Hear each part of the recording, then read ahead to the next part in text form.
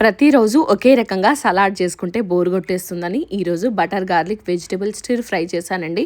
దీనికి కావాల్సిన వెజిటేబుల్స్ అన్నీ కూడా నేను అక్షయకల్ప యాప్లోనే ఆర్డర్ చేసుకున్నాను. ఎందుకంటే ఇక్కడ వీళ్ళు మంచి హెల్దీ సాయిల్లో హార్మ్ఫుల్ కెమికల్స్ లేకుండా కూరగాయలన్నింటినీ న్యాచురల్గా పెంచుతుంటారు. అందుకే వీళ్ళవైతే తీసుకున్నాను.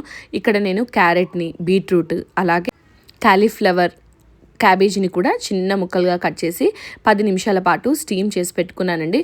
మీరు కావాలనుకుంటే వాటర్లో కూడా బాయిల్ చేసుకోవచ్చు. ఇవి బాయిల్ అయిన తర్వాత తీసి పక్కన పెట్టేసుకోండి. తర్వాత ఇక్కడ నేను బటర్ని తీసుకుంటున్నానండి. దీన్ని కూడా అక్షయకల్ప యాప్లోనే తీసుకున్నాను.